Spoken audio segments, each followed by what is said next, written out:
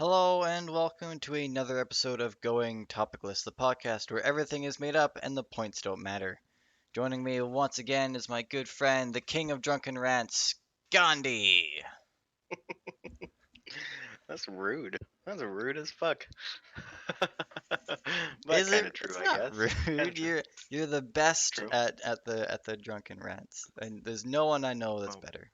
well, I'm It's not it's a drunk tonight, compliment. so Ah, sorry to disappoint. I'm not drunk tonight. the viewer count has immediately gone down. Yeah, I won't listen to this one, so that it's actually effective. Okay. E3 has come and gone. Yeah, shit. When that was beginning of June, right? Earlier this month, Like, like first week of this month, yeah, or was it last maybe I month? think it I think it was this month. was like the 10th through the 14th or something like that. I think So yeah, so we're just a few couple weeks weeks ago. behind. Few weeks I was behind. intending to do it last podcast, but I got caught up in shit and didn't invite Right, anybody. yeah. Life happens. Yes, indeed. Life. Speaking of life, you've got a new job maybe. Well, yeah, I have left my previous job and I've been searching for a new one.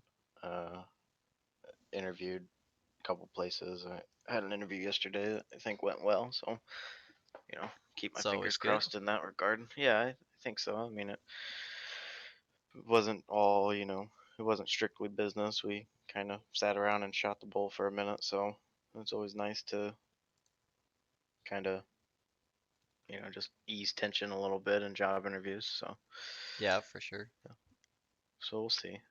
I mean, it'll be a big, big boost to my quality of life if I, you know, can get this job opposed to my previous position. For sure, for sure. So we'll see. What about you? How's the train business treating you?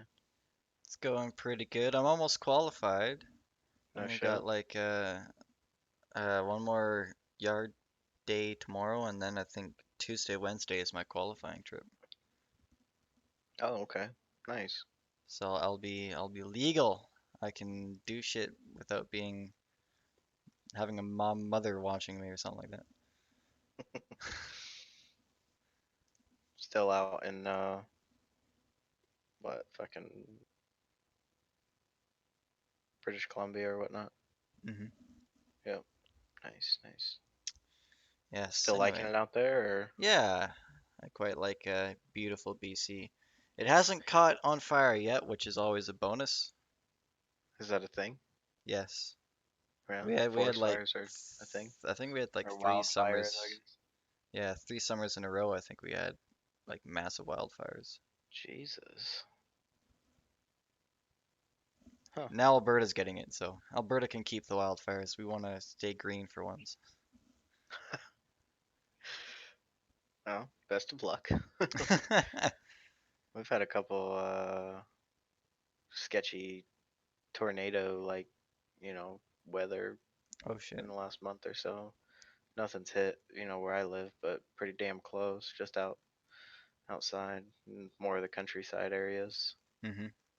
But nothing's hit town, thankfully. It's It's pretty rare for a always good. tornado to actually hit town, but it's happened in the past.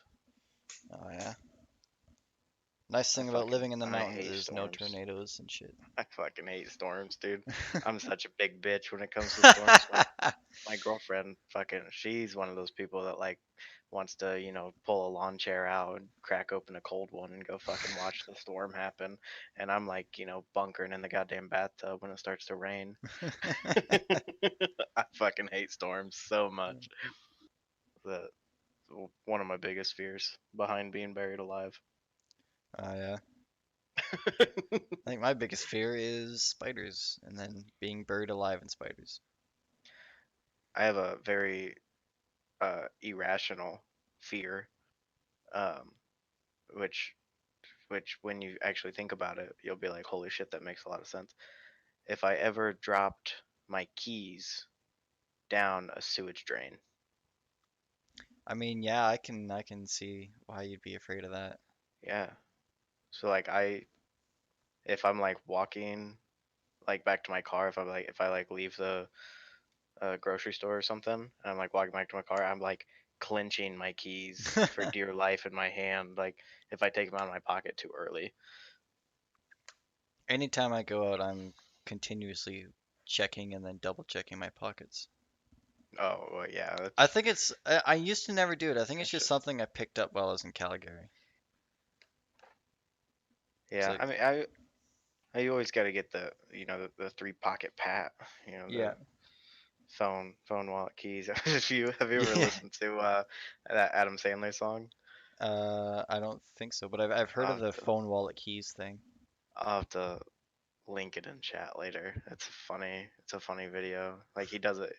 Adam Sandler's been like doing um like a tour, like a stand up tour, and but he does a lot of music in his tours. I think he has a Netflix special. I never watched his special though.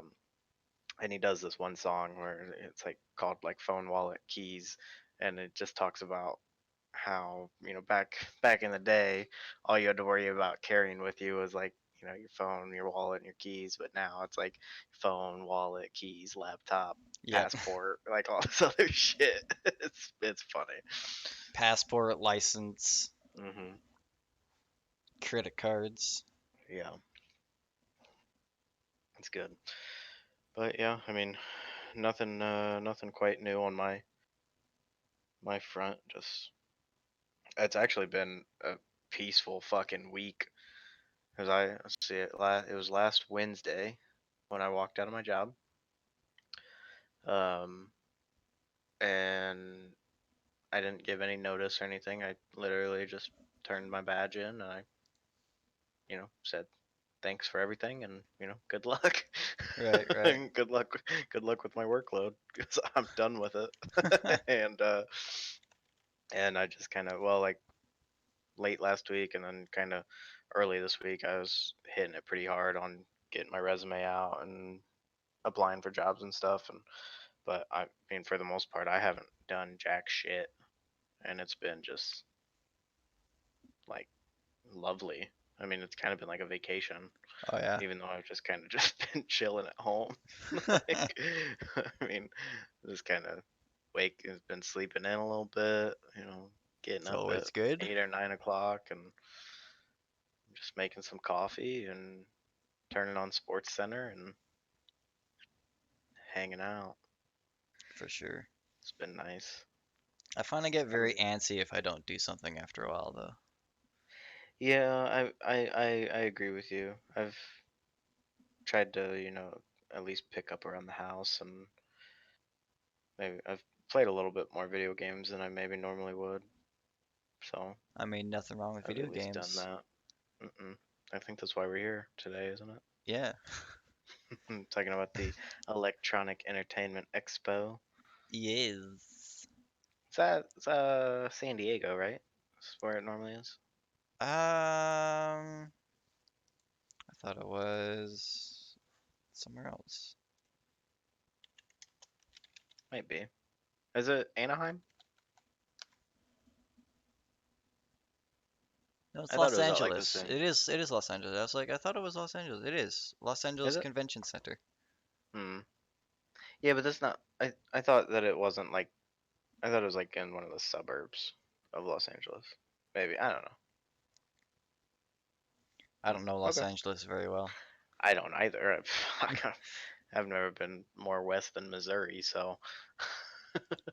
I only know Los Angeles exists because of American Truck Simulator. And every movie ever comes out of Los Angeles. Pretty much. Did you go and see Endgame again with the extra credits? I did not. I was. Is it still rolling in theaters? I might go see it on Monday because I got time off. I have no fucking idea. All I saw, I just knew that they had like re-released it or whatnot because they wanted to be Avatar, so they like put new end credits in it or something. I don't know. One of my girlfriend's friends' husbands was talking about it, about how they were, going to go see it, and I think it's pretty sad if you have to release a movie twice to try and beat a movie that came out fucking 11 years ago or whenever. For Avatar came out sure. 2007, 2008, something like that, which is just a wonderful movie. Indeed. I And don't there's understand how people I talk read trash about Avatar. I read a while back that they had like 4 or 5 new Avatar movies in the works. Yeah, I saw that too. I didn't see 4 or 5, but I think I saw two. They had a few. They had several. Mm-hmm. Um, but the next sequel wouldn't come out until like 2022 or something like that. Is when I saw. Yeah, that's what I read. I mean, it was like years to go still for like a sequel to come out. And I haven't seen that movie probably since I was in high school. It's been many years since I've seen that movie. I should see if it's on like Amazon or something, rent it, rewatch it. Fox says the first Avatar sequel will be released December 18th, 2020. Oh, okay. Avatar So it's not 3 too far. comes a year later, and the last two are due December 2024 and 2025. So yeah, Jesus. there is So four four and more? yeah. Good God, dude. They're just trying to make money, man. Because each of those is just gonna sell like fucking hotcakes. Oh yeah. I imagine the second one will absolutely like sell like mad. And then Hmm. depending on how well it lands, it will determine how the See, next three work out. I think the third one's gonna flop the most because it's like back to back. For There's only like a sure. year in between. I think then like the fourth one, if it doesn't come out, would you say 2024? Yeah. Yeah, I think that's a big enough gap, that 3 year gap of where people are gonna be like, oh, we haven't gotten one of these in a long time now. Hmm. Want to see it because like yeah, the first one. When did the first one come out? 2008, 2009, 2009, yeah. 2009. So like it's been 10 years. So the second one's gonna go fucking bonkers. Um, but like now, because things come out so rapidly, video games are being released every year, and like Hmm. for sequels and stuff, movie sequels are being released every year. To have to wait 3 years for a movie is just like too much time for the average consumer. So then when that third or the fourth one comes around in 2024, it's gonna be like, holy shit, we gotta go see that. Yeah, for But sure. I think the third one's just gonna flop automatically. We shall But by see. but by flop, I still mean like 180 million at the box office. Like for sure, yeah. It'll definitely do really well. I think I'm curious to know Monetarily, though, it'll like do very well. like where do you go from the original? Like attacked by some Um, alien race or something? It's I mean, I just I think my biggest fear is that the next four will just be more of the first one and nothing. It won't just take anything, bring anything new to the table, you know? now I might be completely wrong here, and I say that because I've legitimately never seen a single one of them. But how in the fuck did they make like 20 Avengers movies? True. Like, I mean, at the end of the day, there's a bad guy and there's a bunch of good guys who have to stop the bad guy. I mean, yeah, but So, that's like the plot for everything that has ever existed, really. well, exactly, and we as consumers just continue to consume it. It's like the Call of Duty franchise. Yes.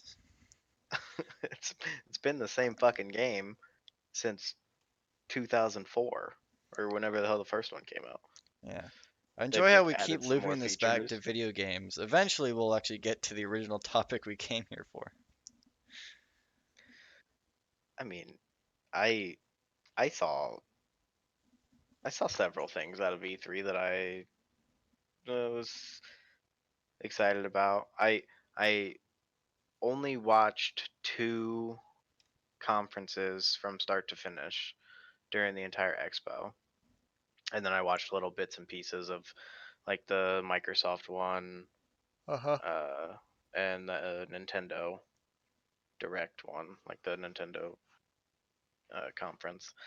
I watched the Bethesda conference from start to Hmm. finish live, and I watched the Gearbox Softworks one.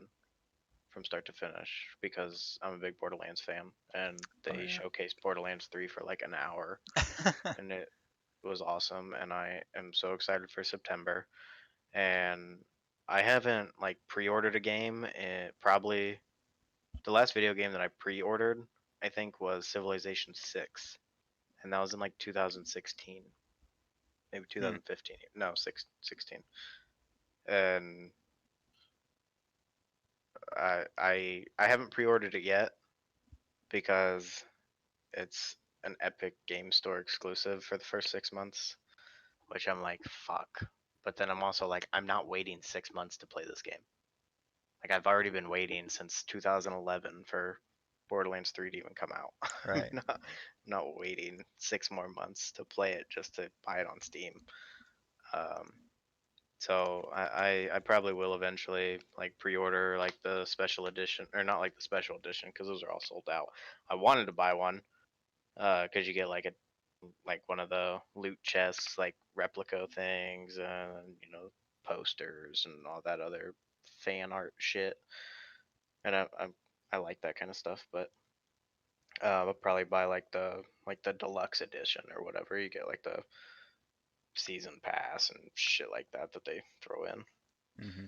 So I'm real jazzed about that. That looks awesome. They've kind of revamped the looting system in it. Yeah. It's like it doesn't necessarily um, like hold you back, like your character back, if you're playing with like a friend who, if like say you were level 25 and I was level 5, like enemies would scale to your level and so would loot, and then enemies would still be level 5 for me, Oh yeah. and I'd still get level 5 loot. That's good. So yeah, it's not like previous titles where if you were to join my game as a level 20 something character and I was just starting out, then you would one shot everything and you would get level 2 loot and whatnot. So yeah, it looks really good. I think they've listened a lot to community feedback over the many years that Borderlands has been doing its thing, and I have high hopes for it. I really do. Oh shit. The Handsome Collection is on for $6.57. hmm I am Yeah, Steam 100% Steam getting that. Summer Sale. Yeah. Steam Summer Sale's going on. If you pick up the Handsome Collection, then we can definitely play Borderlands 2 and the Heck yeah. pre-sequel together, because I still play Borderlands 2 quite a bit. I haven't played Borderlands at all, but then I saw 3 and I was like, this looks like my kind of shit. Oh, Yeah, I it's just a fun love how game. like beautifully self-aware it is. Oh, they're so funny games. Borderlands 2 is absolutely hilarious. Just the writing in it is spectacular. The, the measly one-liners that they throw out at you, Hmm. and just the stories are great. They don't necessarily like tie into each other, so like you Okay. don't necessarily need to worry about playing number like the first one. Okay, so I It's can just like they jump into 3 and fucking have it blast. Yeah, you can. That's when they don't like the story. Sorry if I phrase that wrong. The stories don't tie into one another all that well. Like Awesome. it doesn't matter, if you played number one, you could jump into two right now and you'd be just fine. The only confusing part, or the only confusion that you might have with just jumping into Borderlands 2, would be um, Borderlands 2 brings back characters from Borderlands 1 as like NPCs, and Right. they like drive the story of Borderlands 2 forward. Oh, And so okay. you might be confused of like, who the fuck is this person? Like they didn't, because they don't necessarily explain like who they are, because they just kind of expect you to have played the previous title. But um, as far as like experience and gameplay, it won't affect. It won't Okay. affect your experience with the game. And Borderlands 2 is one of my favorite games of all time. I remember when that game came out, I was in high school, and I convinced my mom to let me skip school for like 2 days straight so that I could play Borderlands 2. I think I was like a freshman or a sophomore in high school when that game came out. I convinced my mom to skip school. so that I could fucking play that game.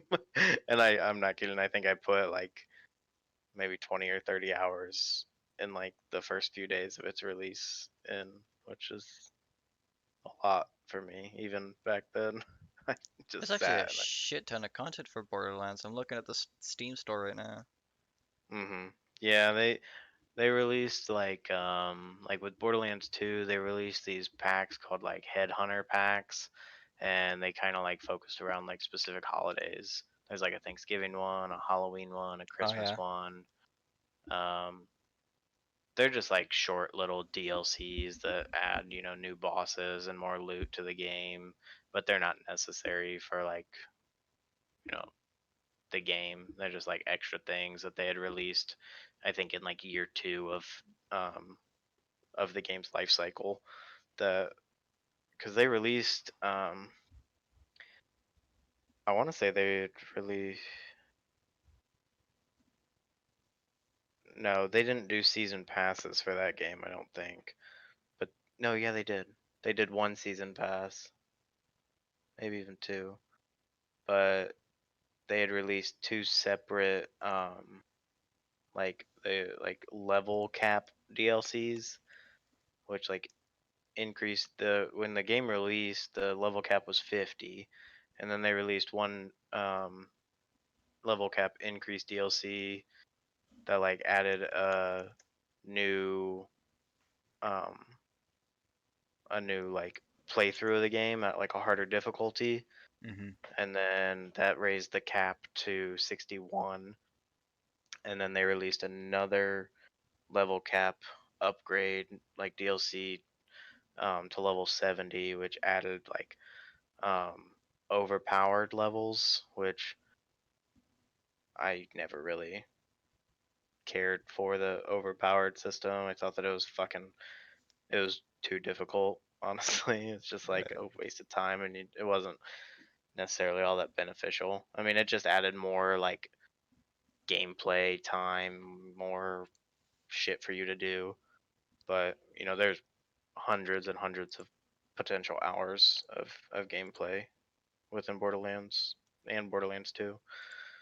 Uh, I mean, I've sunk like hundreds of hours in total, especially when I was uh, playing games on my Xbox. I mean, that was one of like maybe 10 games that I had when I was in high school, and I played the shit out of it. Right. And now Yeah. I have a Steam library of 500 games, and I feel like I don't have anything to play. I have 66 games. I feel like you beat me ever so slightly. Well, my library is only so big because of that fucking Humble Bundle thing. Ah yes. Like The I've been a humble indie bundle, whatever it's called. Oh no, I just mean like the actual like Humble Bundle like monthly subscription thing. It's like $12 a month. Hmm. You get like one or two like premium headline games that they like announce like at the beginning of the month, and then like at the end of the month they'll like release like a total of like $100 worth of games to you, like MSRP $100 worth. So I get like a bunch of like indie titles, platformers, some shit that like I literally will never play, Right. but I have gotten some games from that are I actually enjoy. Fuck, I have a extra copy of Black Ops 4 if you want it, Ooh, because I sure. already own it. You just need to download and create a BattleNet account for on I think I Blizzard's did that launcher. for I did that already for the Black Ops 4 beta. So I Yeah, think it I should can all be I set. can gift it to you. Shit, we can play zombies sometime. Heck yeah. That's all I really cared for. And Black Ops, I already own the game. I bought it on release because I wanted to play zombies, and the zombies were good on Black Ops 4, but it just, goddamn, it's so complicated now. Oh yeah. Like, you don't just kill zombies anymore. You gotta like, you know, do all these objectives and level up all this different gear, and it's just like, what the fuck? I want to shoot zombies. Like that's what I want to do. Yeah. That was nice with like the original zombies. It was just you survived endless waves of zombies. You upgraded your guns if you Hmm. wanted to. You could hunt Right. for secrets if you wanted to, but for the most part, it's just seeing how long you'd survive for bragging Hmm. rights at high school. Right. Right. And just now it just seems like it's so complex, and you can't even like. I never felt like I could actually just like be successful and like get into a high round without having to like look up a goddamn tutorial on YouTube on how to do something.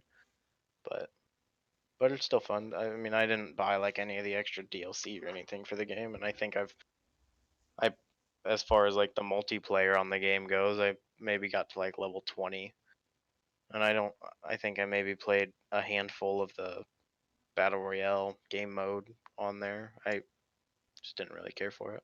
Right. Really, I Kind of getting sunk sick of a the whole few battle hours royale in it. vibe, honestly. It's been going on for I've too never long, been a yeah. huge fan of it to begin with.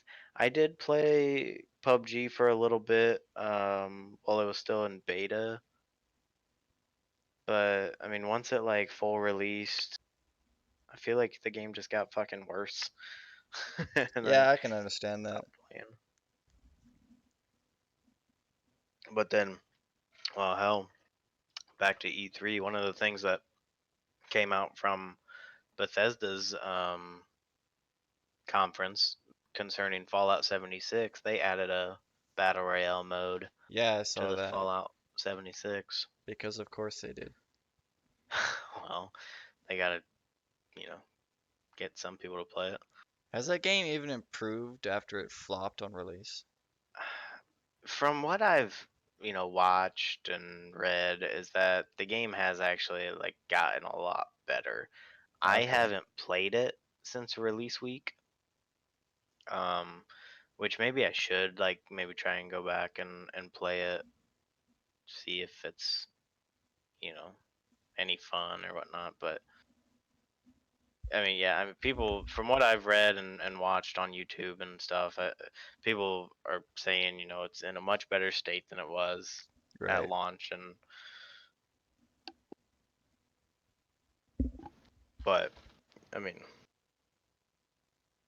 I just I really find myself if just I let's get on to E3 and we'll get back to my thoughts later, just about video games in general. For sure. What'd you see, that anything catch your eye from what you read or watched? There are a few things that stuck around because I'm really excited for them. Um, First things first, Cyberpunk 2077. Okay. Can't wait for Keanu Reeves. That was quite Yeah, nice. I did see that clip too during the Xbox conference. Yeah. I have a question for you though, Yes. and I'm sure that I could answer it myself by just going and looking up the answers. Um, what the fuck is this game about? I have no clue. I apparently there have been a few that have come out. There's been like Cyberpunk 2022 or something, and some before that. I think it's like kind of like futuristic, obviously style of I don't know. Let's just have a Google. Google? What the fuck is cyberpunk?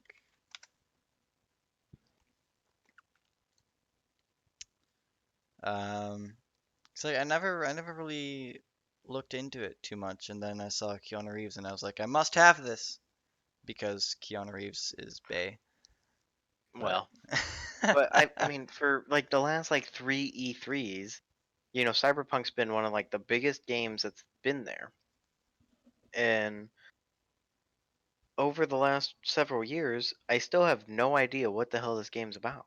yeah, neither do I I. remember I remember last E3, I had just started my job, and I was down in the city like for training, and they'd put us up in hotels or whatnot. So I literally would get done with work, and I would just I'd go back to the hotel room, and I'd like watch videos from E3. I watched like a 45 minute, like the first 45 minute like demo that Cyberpunk had released at the conference last year, Hmm. and I watched the entire thing start to finish. And I when I finished it, I was like, I don't know what the fuck this game's about. Yeah, I mean, like Cyberpunk has a very distinctive style. Like you know it's Cyberpunk, but you just don't know what what the deal is. It seems to be I think like the general vibe is your typical the underdog versus the big corporations type deal. It's Okay, what I'm getting from this description. so we're trying to like tear down the economy. I don't- I think so. I'll read it here. Cyberpunk is a subgenre of science fiction that features advanced science and technology in an urban dystopian future. Yeah, that much is obvious from the trailers. On one side, you have powerful mega corporations and private security forces. And on the other side, you have the dark and gritty underworld of illegal trade, gangs, drugs, and vice. In between all of this is politics, corruption, and social upheaval. huh. So it does, from an outsider's perspective, who hasn't played any of the Cyberpunk games, seems to me like your generic, you Is that going to versus be a the big problem? corporations. I've no clue. It depends on how they take it. Well, first off, you've got the very, uh, in my opinion, a very unique style.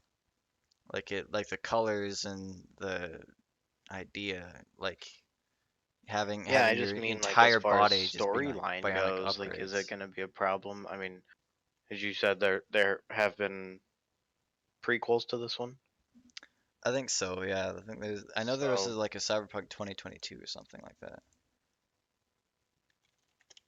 I think there's three games. hmm. I'm either dead on Was or the last wildly one like off, was the last one on like original Xbox or something? maybe. 'Cause I'm Oh, gonna be honest, okay, I just there's I way more don't Cyberpunk remember games than ever just three. hearing about. So I mean, yeah, I think it looks cool. As long as it doesn't end up with some bullshit of like being an Epic Game exclusive or something, I might pick it up. Hmm. Um, It is on Steam. I have it in my wish list already. okay. Well, yeah, so was fucking Metro Exodus. Look what happened there. Oh, true. Yeah, True so enough. Cyberpunk does look pretty dope. What else? Anything Yeah. else? The other thing, there's a couple other things. Watch Dogs Legion. Really? Did you play the previous two? I played the previous one because I heard it was drastically improved over the first Watch Dogs, Okay. so I gave See, it a I never go. played two. I played one, and I got like through Act Two. I think there's like 5 acts to it, and I got through Act Two, and I was just like, I'm done with this shit. It's literally just the same thing over and over and over and over and over again. Right. Never played two. Was two good? I think it improved on a lot, like the I think combat and overall storyline. I think improved from the first one. I can't That's make a good. direct comparison because I haven't played the first one, but Right, right. reviews I've read say it's improved a lot. And this one I think they've taken pretty much all the everything they've learned and put it into a new. I think it's very ambitious with the idea of having all the NPCs having different backstories and lives to lead. I'm curious to see how in depth they've gone with that. This one, England, right? Taking place in England? Yeah, I think they're kind of going for like a post-Brexit vibe where like it's very much the government is just like almost a dictatorship over the civilians, over security, no privatization or anything. And the sort of like the plot of Watch Dogs Legion will be the uprising through hacking and stuff. I mean, I'm not British, but I'm pretty sure Brexit was a good thing. I have no clue. I don't care. It's it's I it's don't it's a different country. either. It's on a different part of the planet entirely. Yeah. There's a whole fucking ocean in between Yeah. us. Uh, yeah. So we got Cyberpunk, Watch Dogs. And then Surely there's something else. what's it called? What's it called? What's it called? I like just Animal Crossing. Yes, Animal Animal Crossing. Crossing. Okay. I like So you have Animal a Crossing. Switch. I don't. I need to get one. Don't you need to get a Switch? Okay. If I just an- got a if the Switch new back in Animal March. Crossing things, if it's new, if it's only on Switch, then I will have to get a Switch. I'm sure it will be only on Switch. I think like Nintendo's just got a hard on for the Switch now, cause like I think like almost all of the games for the conference were Switch exclusive, Hmm. or at least new titles coming to Switch at least. Well, you have to think I mean, for the most part, well, I guess I can't say that because the Wii always existed. I Ah was gonna say yes, you have the to think Wii. that like, the handheld was, for their front runner, which the handheld was their front runner for a really long time. But now But you can take it with you prior to that was places. the Wii. But yeah, and that's the thing. Think they wanted to combine those two, and I think they've done that really well with the Switch. I really enjoy my Switch in handheld mode. I probably enjoy my Switch more in handheld mode than I do on the TV, but that's probably because I play on PC and 30 frames per second fucking kills me. For sure. I mean, like not so much for first party games. I don't notice it as much, but like I bought Rocket League on my Switch, Uh-huh. and Rocket League in handheld mode is plenty playable. I mean, it's nice to just be able to kind of lay in bed and play a couple games of Rocket League and whatever. But if I like just last weekend, I tried to play Rocket League with one of my buddies down in the living room, hooked up to the TV. Oh, I mean, it literally felt like we were lagging, but like Hmm. we weren't. We were just dropping frames. It was horrendous.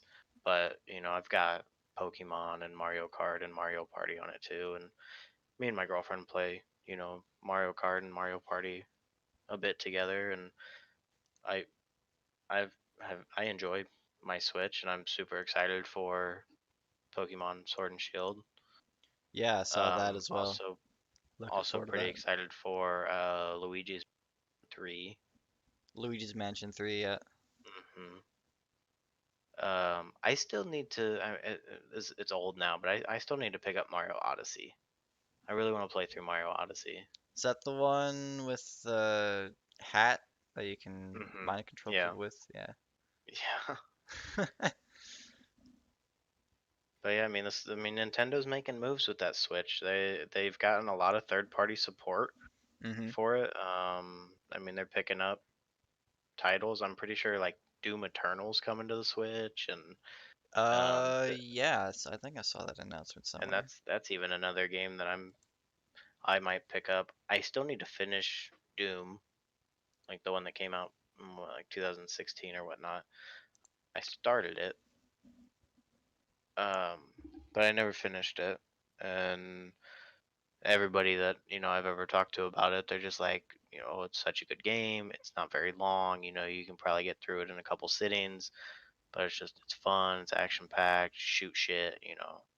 Just kind of like it's like a chill shooter that you don't really have to be sweating over. Um, and of course, I played the Doom games when I was a kid on 64 and whatnot, but Hmm. I never played the new Doom. And with Doom Eternal coming out, I need to finish that because I'm kind of excited for Doom Eternal. Got anything else other than the yeah, Watch Dogs, Cyberpunk, and Animal Crossing? Yeah, I'm just looking through my list, see what else I wrote down that was of interest. I noticed this year they had a whole conference for VR. That was cool to Really, I see. didn't see Yeah. that. Upload VR it was called. Hmm. It's like a whole hour of different VR games. Really? I don't have a VR, so I guess I don't pay attention to that all that Neither much. do But I, but I I really want to want get one. one. Yeah. Fuck yeah, I do too. Yeah, I think they're super cool, even if they're not even like, all that functional just yet. But I think the Vive is the most popular one, I think. the HTC Vive, yeah, I'm pretty sure. Probably followed by like the Oculus. I did see on so Steam's got their summer sale going on right now, and one of their I logged on earlier and their like front page for me was like how their Steam is like creating a VR headset. Yeah, They're I like read releasing about their own that. VR headset. It's like Steam what's VR it or something. called? Yeah, it's a generic name like that.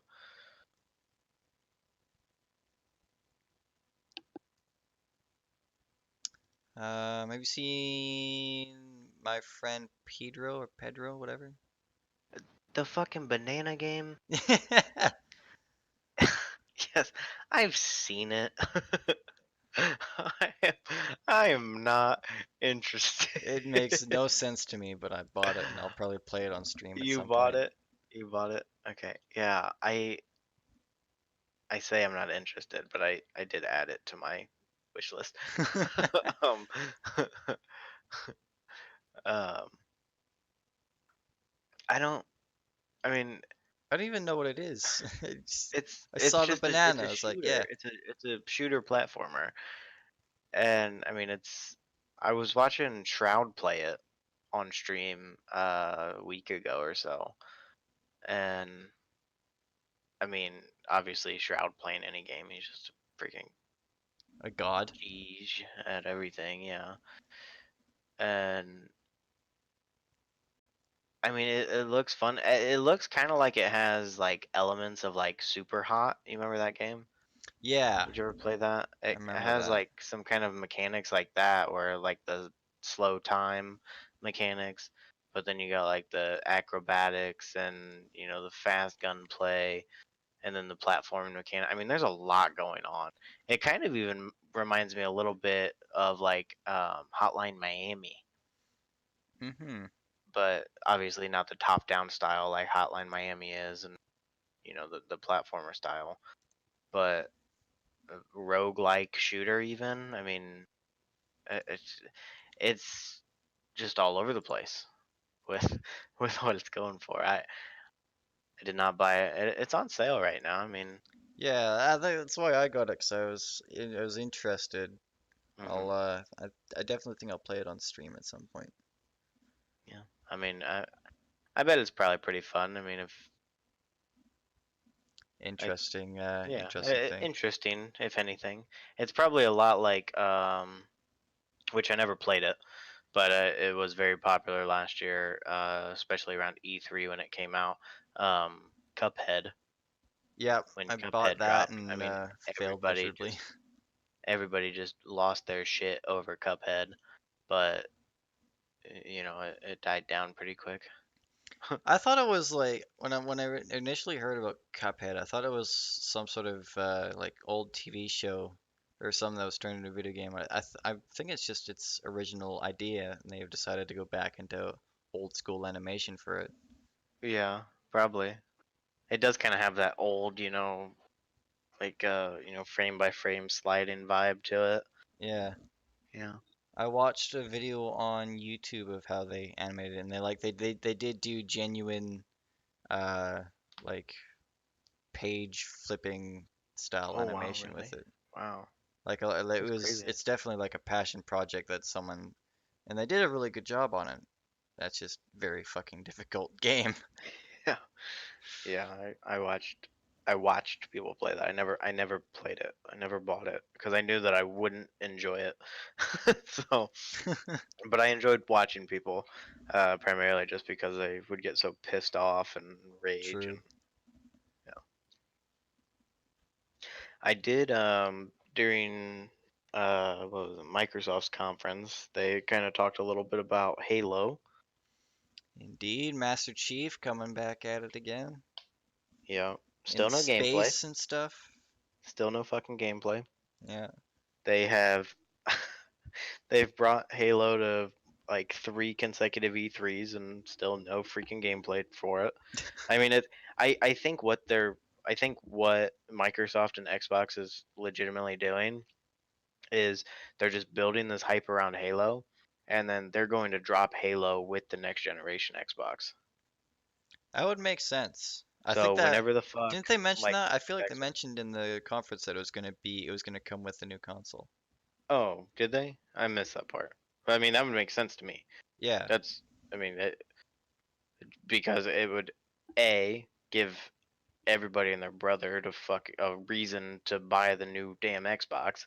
for Then sure. B it would at least give the new generation a game that has the ability to keep bringing players back with that the online multiplayer system. Yeah.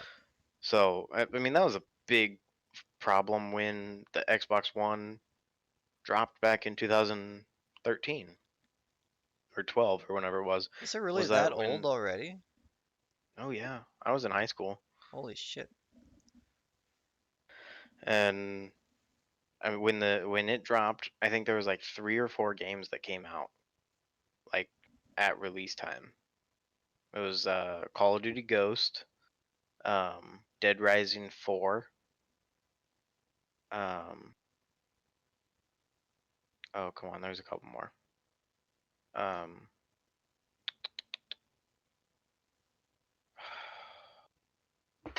I gotta Google it. Hang on, this is gonna bug me. Xbox One uh, release titles. Will that do it?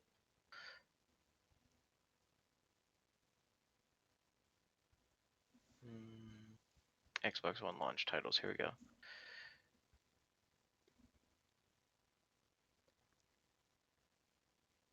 It was no way there was this many. Assassin's Creed Black Flag. I didn't know that came out day one. Um, It's like the only Battlefield Assassin's Creed game 4. I played and enjoyed. Really? Yeah, I have like a 4 or 5 of them, and that was the one that I enjoyed mostly because of the ships and stuff. I just got what's the newest one? Odyssey or Origins? Odyssey, I think. Odyssey. So I got Origins in a humble bundle a couple months ago. Haven't played it yet, but I have it downloaded. That's another game that I want to get around to play because but Xbox One release titles Black Flag, Battlefield 4, Call of Duty Ghost, Crimson Dragon. I've never even heard of that. Oh, it was Dead Rising 3, not Dead Rising 4. Dead Rising 4 came out last year, 2 years ago. Last year. No, it was 2 years ago because it was like a Christmas title. You remember that? Hmm. Did you ever play that?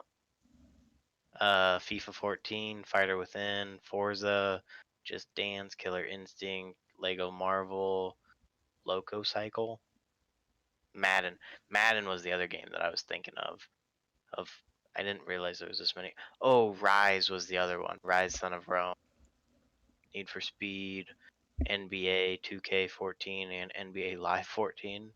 Really, we had to drop 2 NBA games on release day. I have not played any of those sports games, and I don't intend to. I like a good sports game. I feel like they just like I saw a video that someone played like all the FIFA games in a row, and there was so little change between all of them. It was actually depressing, Oh yeah, no, I mean that always sucks. That uh, I I don't necessarily buy new sports games, but I enjoy playing sports games like with friends. for sure. I'm not like going to camp out for the new Madden or something because I mean, if they call it's the Rocket same. League a sports game, then I can say that I've played sports games. Because I I love I Rocket League. I Rocket would League's fun. call Rocket League a sports game, dude. I've been playing the fuck out of Rocket League lately. Is it even in my Steam list? I got it for the PS4 like as soon as it came out, Hmm. but I'm not sure if I got it on Steam. I know I intended to. Oh shit, I bet that's on sale right now if you don't have it.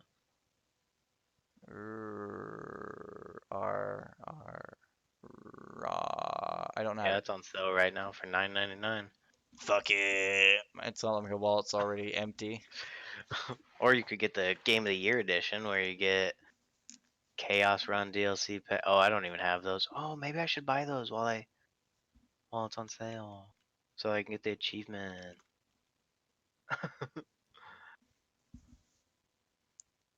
I love Rocket League. I've been playing. I was playing that before you messaged me earlier. Lol. I play it every day probably. That's like the one game that I probably play every day, or at least every other day. Like when I'm playing games, I'm probably playing Rocket League. Let's see. I'm sure there's some sort of bundle that would be worth my time. Oh man, I didn't realize all these sale. I might be buying some cars, bro. Oh yeah, Game of the Year edition. Here it is. $15. I'm down for that. Oh yeah, I forgot you're fucking Canadian. Sorry. I was like 15. You're looking at the wrong page, dude. It's 12.49. Yeah, you're American cash, so it's like It goes a 50 little bucks further. Canadian. Fucking dollar is so shit. I don't understand why. Your fucking healthcare. That's why. Probably. Don't worry, guys. It's free. We just have to pay for it when we get a cup of coffee in the morning. Yeah. My credit card's out of money. What do you mean? Oh, you shouldn't have said that on your podcast, bro. It's a prepaid card, so I can just go to my bank and reload it. Mm. Don't worry, I'm safe. That's a tough look. Well, you can wait till payday. Shit, I think this sale goes on for like another week. Actually, my payday was like 2 days ago. Mm. So, fuck it. It's not like I'm trying to save up for a car or anything. You have a bicycle, dude. You don't need a car. I mean, You drive true, but trains for a living, dude. You don't need my a car. house is literally all on a mountain, and I don't feel like biking to and from work every day. Up a goddamn mountain. Oh yeah, we talked about that last time. Yeah. That's funny. That is funny. Steam robs me every year, and I do nothing about it.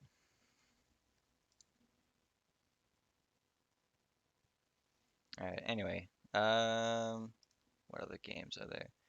I Gears saw 5? early in the Microsoft E3 conference, they showed a game called Ori and the Will of the Wisps, which looked really cute, and I kind of Oh wanted to try yeah, it. sequel to Ori and the Blind Forest. Yeah, I mean, Did you apart know? from the Did you never spider play? in it, but yeah, Did you ever play Ori and the Blind Forest? no, Never did either. sounds about right. But I always heard that it was good, dude. See, this is my problem. I never fucking like play games like when they come out because I'm such a cheap bastard. I don't ever buy games brand new. Yeah, So then if they ever like drop in price, I still don't fucking buy them because I'm like, oh, that's well, old because then news you've already now. forgotten about them. That's the thing. Mhm. Legit, every E3, I make a list of all the games, and I'm like, oh, I want to try that. I want to try that, and then it's the next E3. I'm like, isn't this a sequel to a game I was gonna buy? Oh yeah. Yep. Yep. What is this? Gears Pop. Is this a real Oh, game? it's a Or is Gears game, but with Funko Pops. Fucking autistic gay shit. I have a passionate hatred towards Funko Pops. I don't know why, but I Whoa, don't dog. like them. It is still Pride Month. Okay, you cannot use the word gay in a derogatory term right now. Well, that's gay. It's fine. I support my LGBTQ brothers Uh, and sisters. We know your Twitter's pretty active about it, dude. It's fine. Literally every fucking tweet where some priest is like, "It can't be gay," and I'm like all over them. Fuck people uh, who aren't accepting. Moving on. Let's see what other games did I see that um I'm trying to think of Nintendo's conference. Um New characters coming to Smash. I saw that. I don't own Smash Bros. I guess I played a lot of like Melee back in the day. I was never good at it, Hmm. but like I played Melee on the GameCube when I was a kid a lot, but as I got older, I just never kept with it, and the people that did just got too fucking good. So, I remember like every other day of the week in high school, there would be one classroom that was taken over a bunch of kids that were playing nothing but Smash Bros. yeah. And they were always very loud and very aggressive. Oh, I bet. All right, here's a game that has probably been forgotten. Death Stranding. Are you interested at all? I heard of that. I have not played it. It's by um Hideo Kojima, the Silent Hill guy, Oh yeah? Metal Gear Solid. I think I'm probably wrong.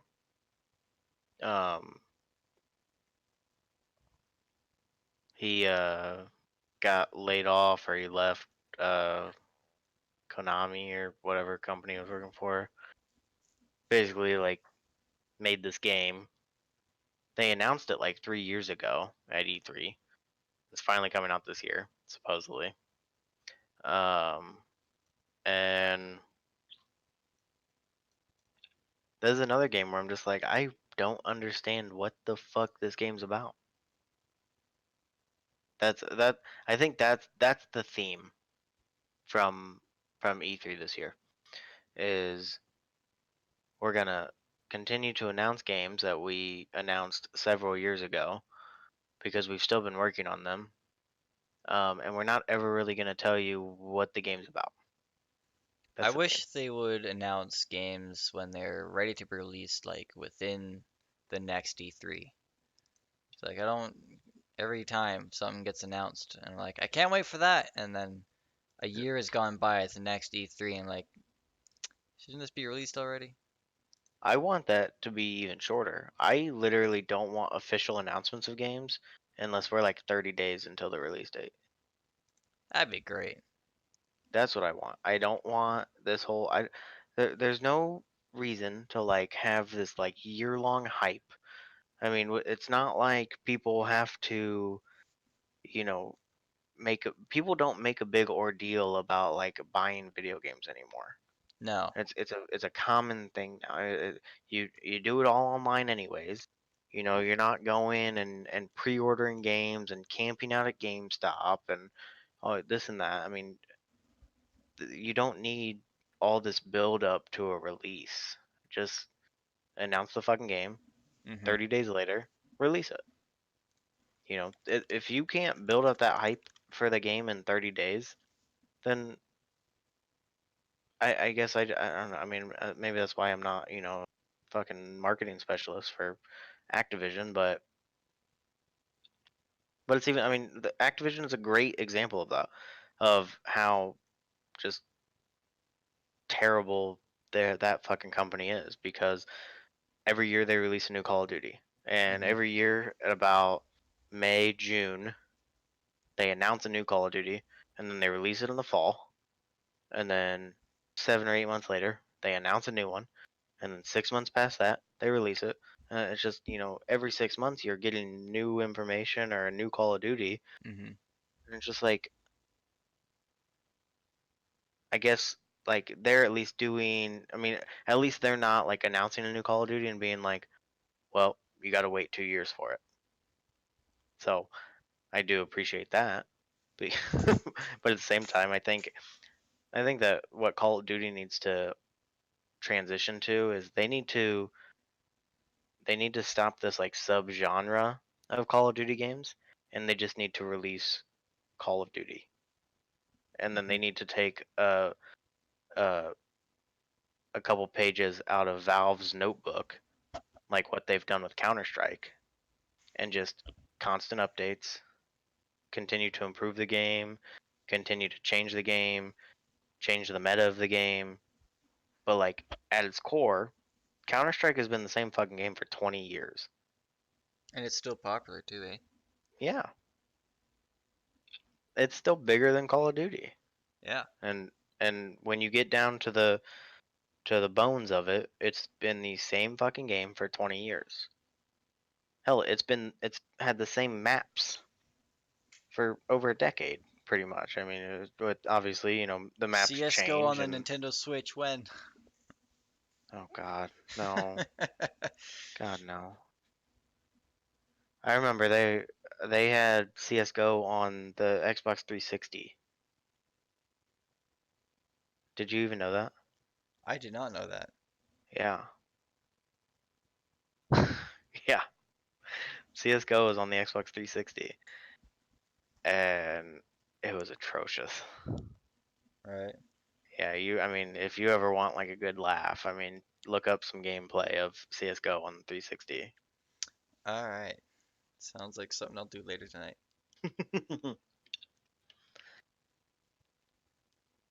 I But think, but I think what I hate more than like announcements like a year before the game or 2 years before the game's coming out is like when it gets announced and then you hear nothing about it for like 3 years.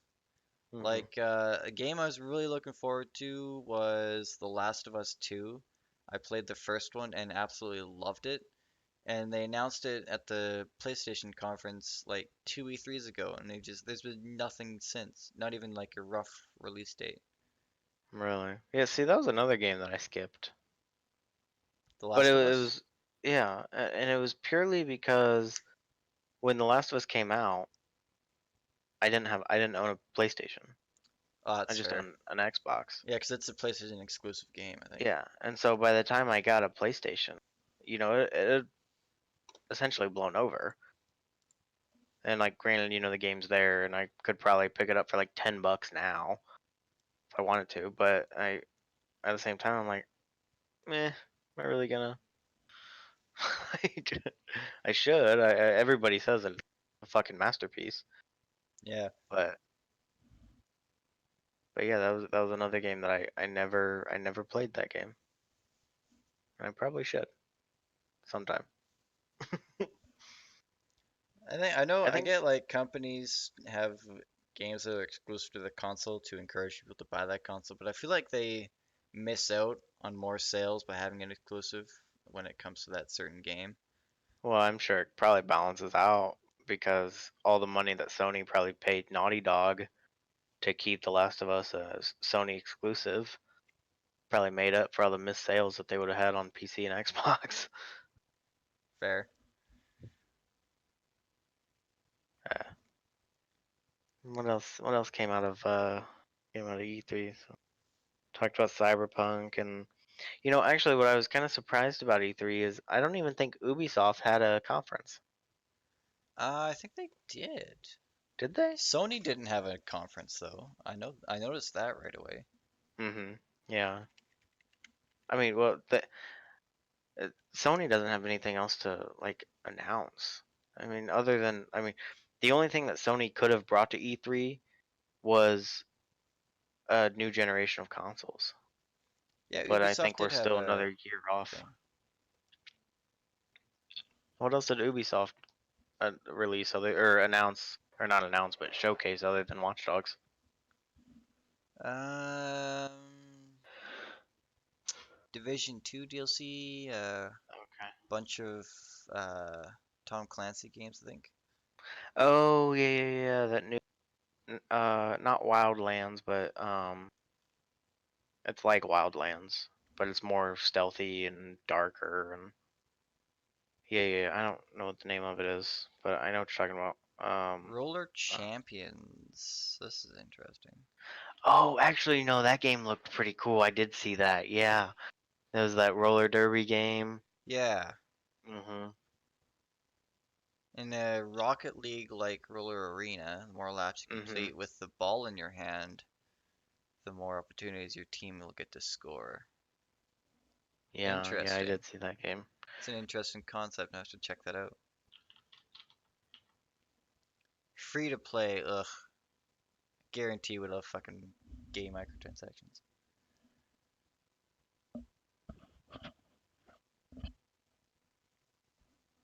Quarantine? Tom Clancy Rainbow Six Quarantine, is that what they announced?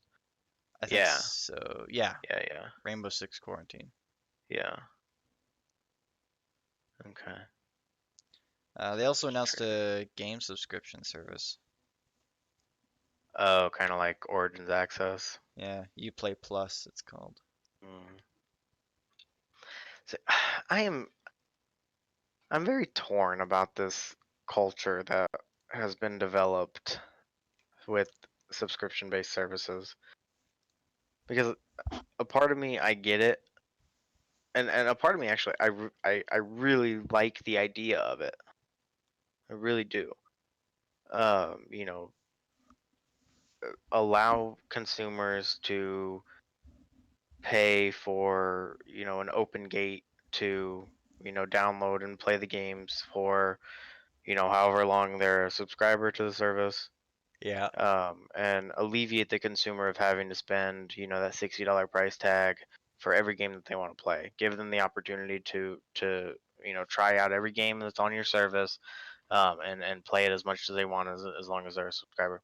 However, the problem that I have with it is you've got the Origins one, you've got now there's Ubisoft one, you've got the Xbox Game Pass, you've got the PlayStation Now service. Um, Yeah, at the end of the day, you're I mean, it's spending like how much a month on like exactly. 30 different game services? hmm And so it's just like, geez, I mean, if you, I think if the if the consumer can justify the purchase, then I get it, and I really like it, and like I'm a I'm sub to the Origin Access one, and I bought the year of it. It was like $100. I bought it back when Anthem dropped because I wanted to play Anthem, but I didn't want to spend $60 on it. Um, but I was like, well, if I spend $100, then I can get a whole year of Origins Access. Um, I'll be able to play Anthem, and I can play every game on Origin's platform. So I played a lot of Titanfall, or I have played a lot of Titanfall. I've played, a lot of Madden, played some FIFA, because EA does all the sports games. So like I've been able to play like all the sports games opposed to having to actually buy all the sports games. Hmm. But then, I also just I don't know if I played enough EA games since purchasing like the year of access to like really justify the purchase. And I think maybe if I would have enjoyed Anthem more, then I would have definitely gotten my money's worth. But Uh-huh. I didn't care for Anthem at all when that came out, and I don't think anybody did. I think I might get the Xbox Game Pass for PC because then I can play Xbox exclusives on PC. But apart from Yeah, that, I I did don't think about that too. I don't really know any other like Game Pass services that I really kind of I don't feel the need to have them just because there aren't that many games that I'm interested in. And if there hmm is, then I could just buy it. Yeah. Well, and I mean, being PC gamers, we hell games go on sale before the game even comes out. Yeah, So it's just like, pre-order it and you get like half off. yeah. I mean, and I'm a uh with that, since I'm a humble monthly subscriber, I get 10% off their store all the time. So like with new releases, I get an automatic like 10% off if I buy through them opposed to like Steam, but it's still like a Steam code that they give me. Hmm. So, that's like what I did with Civilization years ago when it came out. Got the deluxe edition or whatever. I think it was like $80. I saved, $8 on it, and $8 is $8. Hell, that's another game. So I mean, I like the humble service. That is, one. It's not necessarily an all access game subscription thing, but I mean, it's another subscription. Yeah. Feel like I feel like that's what our culture has gone towards. Media culture has gone towards. It's just like subscribing to things. Started with Netflix, and then now you've got Hulu, and you've got and now even you've got uh, TV networks creating their own subscription based services. So you've got like the CBS Plus and NBC's getting or they're starting their own streaming service because big news this week is that The Office is going to be leaving Netflix in like the next 2 years because NBC's making their own streaming service and they're taking all the rights back and taking them away from Netflix and then it's just the the culture that was present, the cable cutting culture that was present when Netflix and Hulu really like shot off, back in 2015, 2016 even. But now all these other companies that have licensed out their products to that Netflix and Hulu are realizing, wait a minute, we can take all of our shit off of their platforms. We'll make our own platforms, put all of our content on there that people are already paying, these third party systems to watch. They can just pay us again to rewatch our content. So like the cable cutting uh the cable cutting culture has just like escalated into this, you know, we're not saving money anymore. No, we're, no. we're paying we're paying just as much in subscriptions as we used to pay for cable, and it's just like, ugh, it's nauseating. It was great when But everything was in one convenient place, but now everyone's kind of going their own way to try and mhm, make the money yeah, that they want to because make. oh, absolutely. And I mean, it's like I pay like $100 a month for internet because well, what sucks is that because of where I live, like in my apartment complex, I can only get Comcast Xfinity internet, which is awful. Oof. My I previously had fiber through MetroNet, which was way better, but um, like it's like $100. I get like 250 down, um, and like it's okay. I don't really ever have problems with the internet. Um, but that's like $100, and I didn't want to like get cable through Comcast because it's expensive. But then I spend like $45 a month for um, Hulu Live because I still want live TV because I like to watch live sports, and streaming sports is fucking impossible with copyrights and all that shit now. You can't really find like streams online to like watch the baseball game or something. Hmm. So I freaking it was I mean it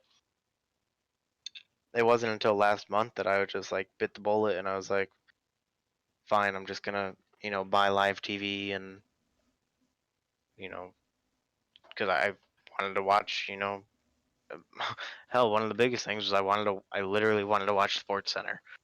Right. Like, and you have to have fucking some sort of cable or live TV to just watch, normal shit. So, sorry, it's just a Coca Cola. Cracking open a cold one with the boys. Yeah, nope, I just a Coca legit, I Cola. don't even like, I know when I was getting my high-speed internet with Shaw, they were asking about, because you can get bundles with their TVs and services and stuff. I was like, no, Right. I literally don't watch TV. I haven't watched TV for years now. It's like I can just get whatever I want to watch online, really. I know, I was the same. But and when I was at my last apartment, um, we did. We streamed. We never had cable. We didn't even have like the Hulu Live stuff. We just had Netflix, and it was never a huge problem. Um, but I was still in college at the time, so I didn't really. I mean, my downtime, I wasn't trying to like watch a ball game or, um, catch up on a TV show or something on demand or whatnot. Um, and I hell even now I watch a lot of Twitch and YouTube. Yeah, same.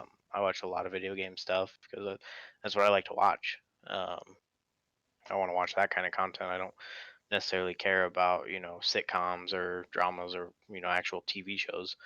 But n- now it's just it was such a burden to have to like try and watch a fucking baseball game that's on some stream online or try and get somebody else's cable login to be able to watch Sunday football or something.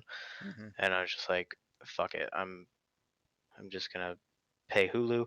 And I really like the Hulu streaming service because you don't get all like the bullshit. I mean, it's like 50 channels or something like that, and you get a lot of the sports channels, like a lot of the different like Fox sports channels, the NBC sports channels, um, and then the other channels that I would watch, like the History Channel or Discovery, something like that, because I like those informational TV shows. But you don't get that stupid shit like the Home Shopping Network and the whatever else, just BS that I could care less about. I don't need 400 fucking TV channels. For That was sure. always my biggest gripe with cable subscriptions, was just like, I don't want all that from Comcast. Just it's a burden. You end up flipping through 100 different fucking channels that you're never even gonna watch.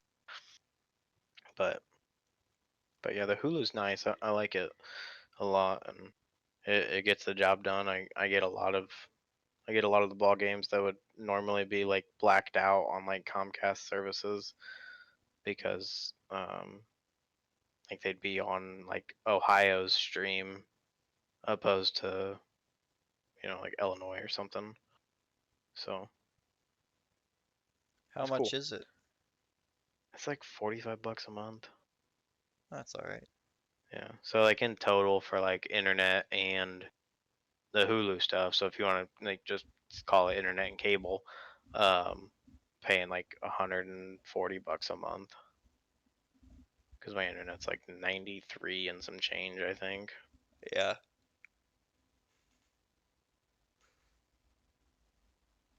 So like it's not awful. I mean, it could be better. I could not have the live, but I find myself watching it a lot more than I ever thought that I would. Now that I have it, and a big YouTube's thing is got just like, their TV streaming service now too. well, that's the other thing. I'm a fucking YouTube premium member, so I'm paying fucking $10 a month just to get rid of ads because I fucking hate ads on YouTube. I And literally so just got like the first ad blocker extension for Chrome that I found. no, that's great, but when I'm on my Roku down in the living room, I can't pull up an ad blocker on that. I always felt shitty using ad blockers. So I'm like, the ads are going, they're to help the creators, and I I don't want know. to I feel support the like creators. That's why I retweet your fucking stream. gotta get on that grind. I feel like I don't know. Well, I mean, me personally, I don't give a shit. I don't feel like making a profit off my videos. But I feel like with the way YouTube's been going with ad revenue and all that, it for most YouTubers, it doesn't really make them much of a profit. That's why like everyone and their dog is going on to what's it called? Patreon. Yeah, Patreon. Hmm. Well, yeah, I mean, I agree with you there. Well, I think another big kicker in that regard too is the YouTube Premium subscriptions in itself. I'm probably not doing any better by being a premium member opposed to just letting those ads rip. Hmm. But the ads fucking annoy me because Well, anymore let's for be those real. content creators Fuck to make any ads. money, I mean, they're running 3 or 4 ads a fucking video. Yeah. It's like it's It's legitimately like worse. watching a TV show on cable. Yeah, it's worse when like in the middle of the video it just cuts to an ad Hmm. and it ruins the flow of it. It's not even like a Hmm. decent cut. They'll be like halfway through saying a sentence and then it Yep. just cuts to a fucking ad. Yeah. And then half the time you can't even skip them anymore because they're all like just under the appropriate amount of time to be able to skip them. Like, Yep. I think it's like if it's more than 15 seconds, you can skip it. So if they're Something like less than that. 15 seconds, you can't skip them. It's Yeah. fucking AIDS. Oh, it's so annoying. So annoying. But yeah, I mean, as far as subscriptions go, I feel like I'm just subscribed to fucking everything now. Yeah. Actually, speaking of subscriptions that piss me the fuck off.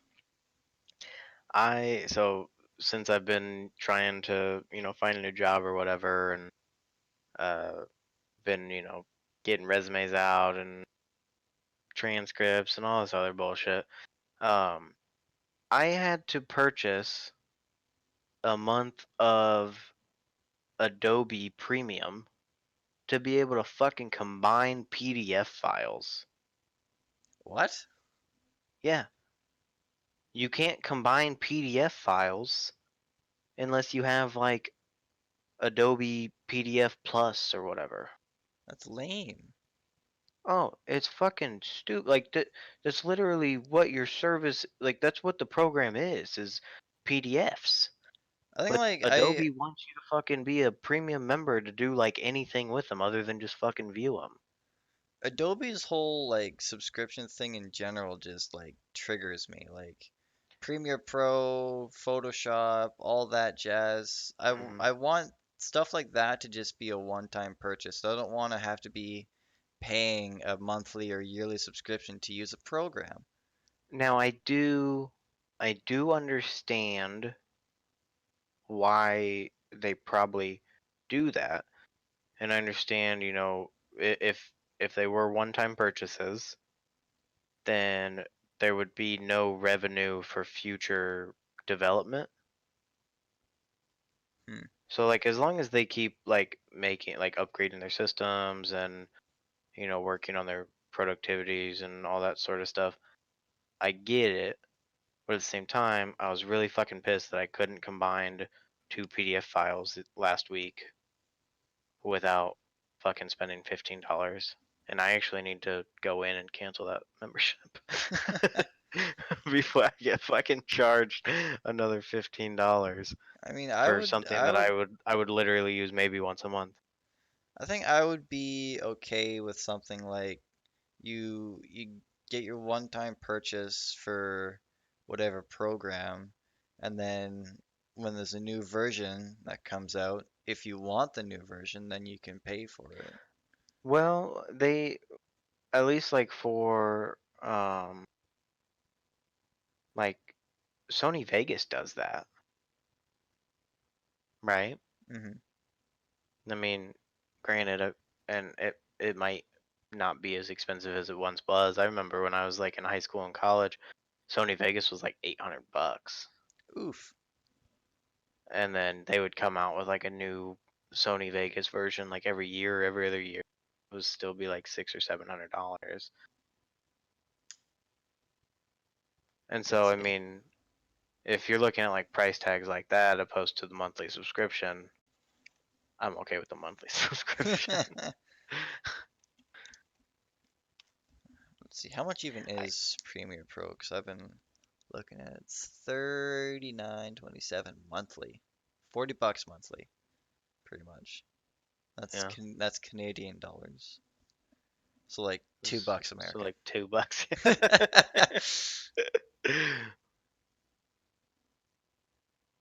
Yeah, I last week, or when was that? It was just a few days ago. I fired up my stream on the old Twitch machine. Oh, yeah. What's your Twitch? I'll add you to my list of hosts. It's LEL underscore Gandhi. I think Nice. I'm followed to you on Twitch. I think you are, yeah. Followers 28. Wow. Yeah, that was from like 5 years ago when I used to stream a lot more, and then I stopped. Um, which life just. I've always found it. I don't want to say difficult to stream, but just like burdensome, if that makes sense. More so I can get that. like a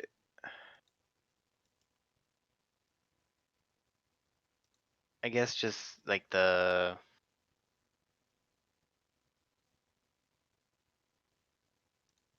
don't even know how to explain it. Like my attention span isn't great when I play games. Uh, I don't necessarily sit down and play the same game for like 2 or 3 hours or 4 hours. I like to play a game for maybe 45 minutes, and then I'll go to a different game, and then go to a different game, or I'll go back to the last game I'm playing, and like I just feel like I jump around too much to like be live. right.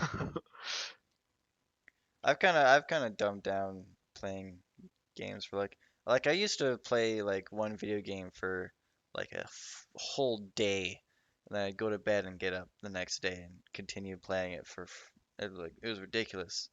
I So know, yeah. I've like I know like my stream average is 3 hours, so but even I consider that to be like way toned down to how long I used to play games for. Hmm. For sure, for sure.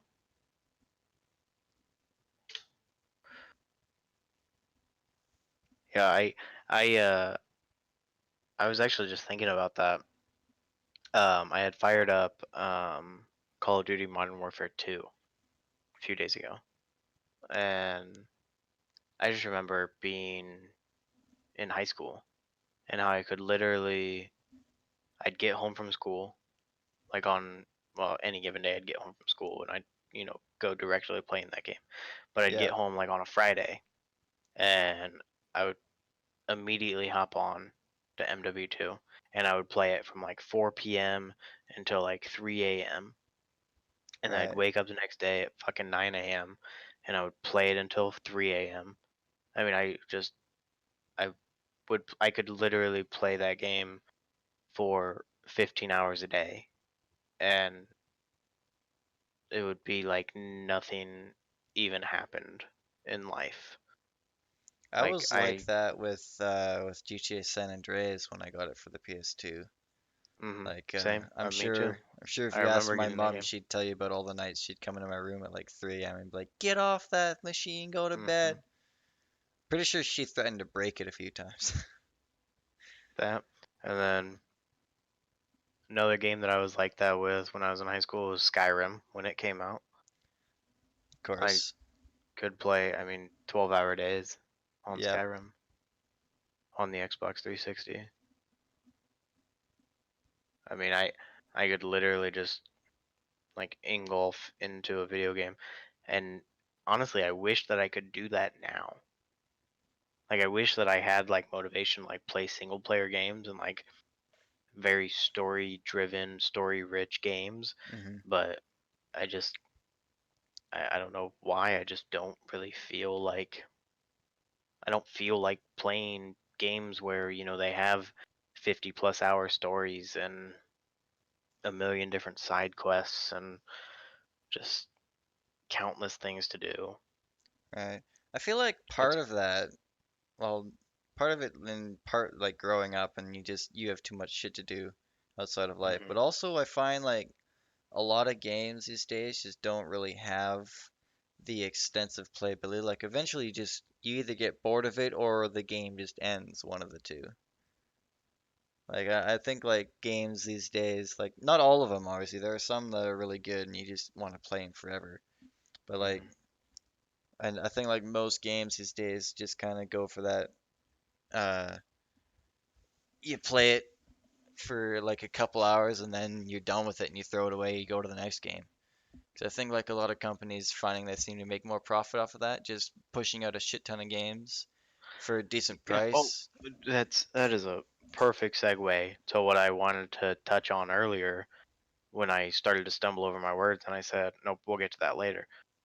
My to just to relate it to E3 in general, Hmm. because that's what we're here for, is to talk about E3, which we haven't really done. But um, there are the here's my take. Here's my unpopular opinion. There are too many video games. Oof, bold stance. There are too many video games. I mean, It, you can you I can can agree with go that. you could go onto Steam every single day, and you could find 10 new games that release that day.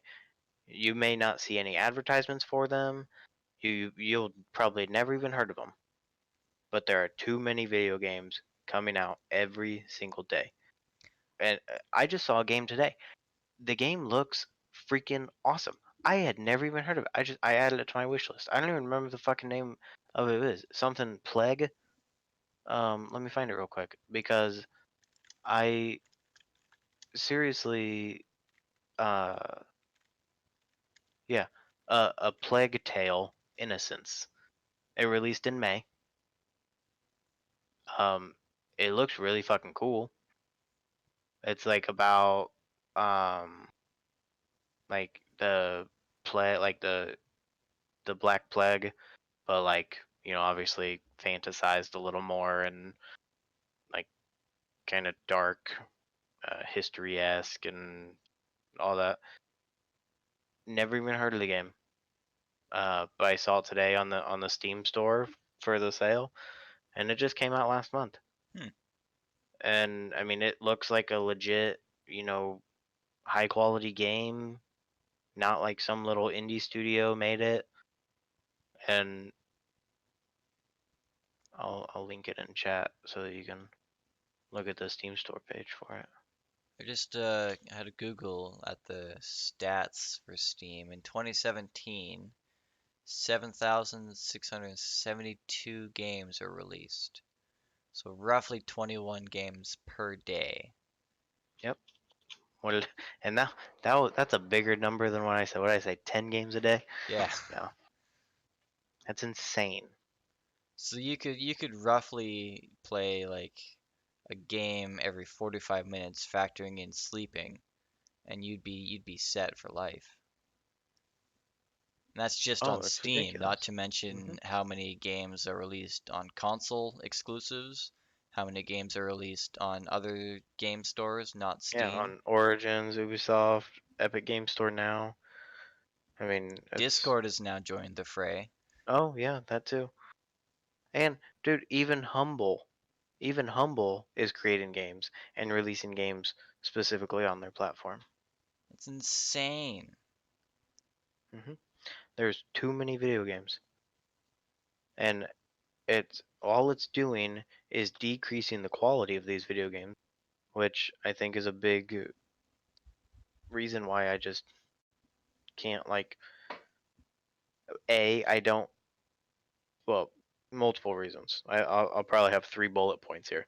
First one being why I don't buy games at full price. I hate taking that $60 chance.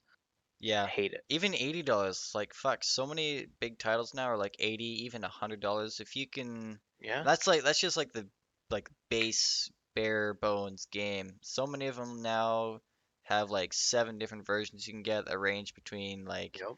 1 hour of worth of gameplay. It's like $80, and then you can get like DLC, seasons pass, fucking gold tier bullshit up Hmm. to like 120, $140.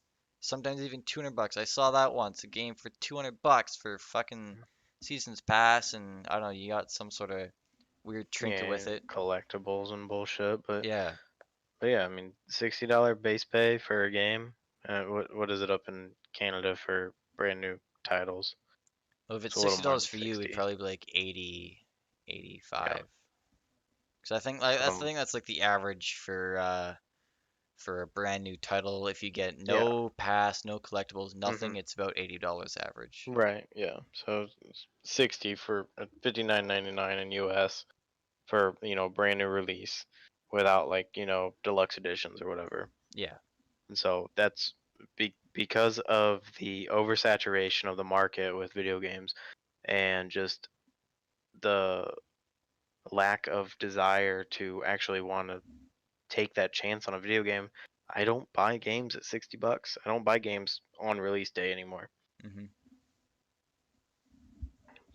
And I mean, point two is just if I do take that chance, as far as like the Steam refund policy, you get 2 hours with that game. You How get two many hours with that game. like big $60 titles would you say are released in a year? Oh, God. Um, we're talking like big AAA titles Like anything that would be like 50 bucks plus.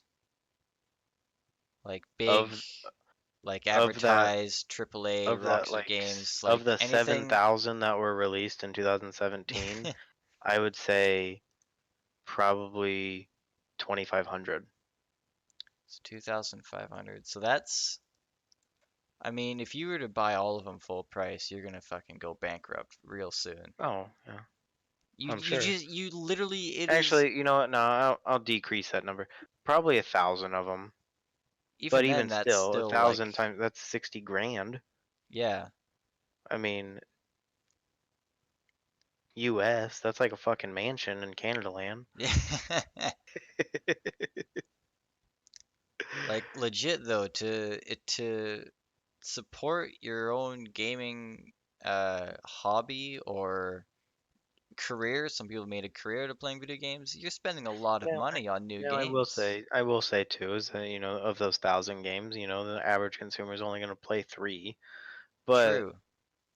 but that for me, I'm trying. Let's think real quick.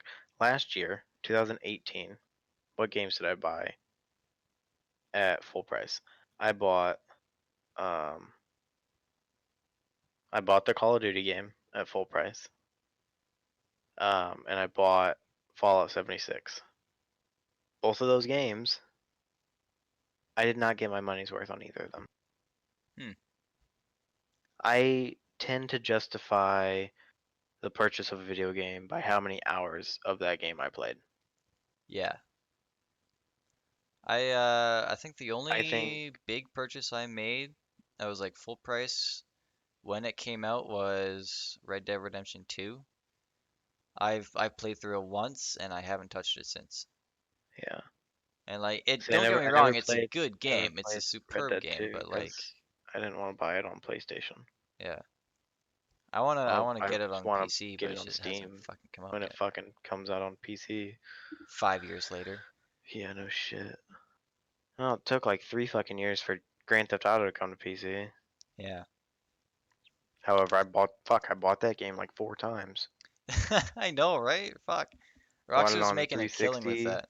That's legit bought it the only on reason I think Rockstar Xbox waits One. so long to release games on different consoles because they do the original gen console, everyone buys it full price, and then they release it on the next gen console. I'd say probably half of their buyers buy it again. So again, full price, $80 or 60 if you're American. Hmm. And then they release it again on PC, and then all the hardcore PC people who have probably Hmm. bought it, I guarantee you, on console already, buy it again. So Yeah, I did. three I bought it times, 3 times. three I bought it on times 360, Xbox 60. One, and PC. So Yeah, three times. I spent $180 on Grand Theft Auto 5 Yeah, just for the game, not including the fucking shark cards that I bought for Grand Theft Auto Online, because I bought several of those over my time. I probably spent $300 on Grand Theft Auto 5 in total. yeah, that's insane. And I'd say you were 100% on the down low of what so many people have spent on that. Oh, absolutely. Oh my god. That's since fucking 2013 when that game came out, or Yeah, 2012, whenever it was. I mean, that's 6 years of time. But I have also played through that story like 5 times. I love the story of same. GTA 5. And I played quite a bit of the online across all three platforms. Hmm. Not so much 360 because the fucking online didn't even really work when I had it on 360. Fucking took like a month or two for online services to even launch on GTA 5 when the fucking game released. That was a big fucking problem. But that's just old news now. I kind I'm not of getting worked up anymore. online lost interest in me, mostly because of how much of a bullshit grind it became. Oh, it was so terrible. I agree. I agree I so never much with that. bought a single shark card. I simply refused to for some moral reason. And in order to afford anything, I'd usually spend several hours a day grinding whatever mission paid out the most money at the time. God, see, that's what I hated about it. I know. It was just, but and I always did like mostly what I did in GTA Online was I liked the racing. Hmm. I really enjoyed the racing, and Yeah, so the I would just racing like was do a lot of races, fun. and I would And really like just like get some the of shark cards the to like new get game cars. modes, a bunch of the new game modes that came out, I've had enjoyed quite a bit. Racing Yeah, and like whatever ones were just goofy. Like top fun when you're flying the jets and running away in the bikes. I must mm-hmm. have played the shit out of that one when it first came out. Yeah, that was a good one. I just saw this video. It's like there's like two big ramps, and it's like you and a teammate, and then like two opponents on the other side, and you both go down these ginormous ramps in your cars, and then you like try and parachute your cars onto like this target like building. I think I It saw looked, that, yeah. yeah, I haven't played it, but I watched a video on it a couple days ago. But yeah, I mean, I've probably spent a lot of money on video games in my entire life. Yep, haven't we all? Hell, I've probably spent just in Counter Strike.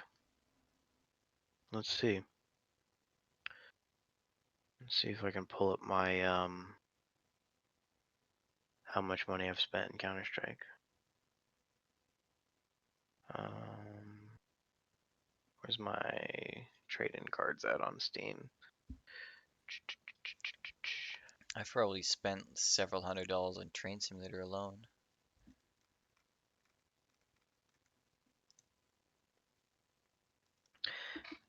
Okay, so I started playing Counter Strike in 2014, the summer that I graduated high school. So little over, well, actually, I started playing Counter Strike the day that I created my Steam account, which I was just looking at earlier. I don't know this off heart. I just know it because I looked at it earlier today because I'm close to my like year to like get another year on my badge or whatever.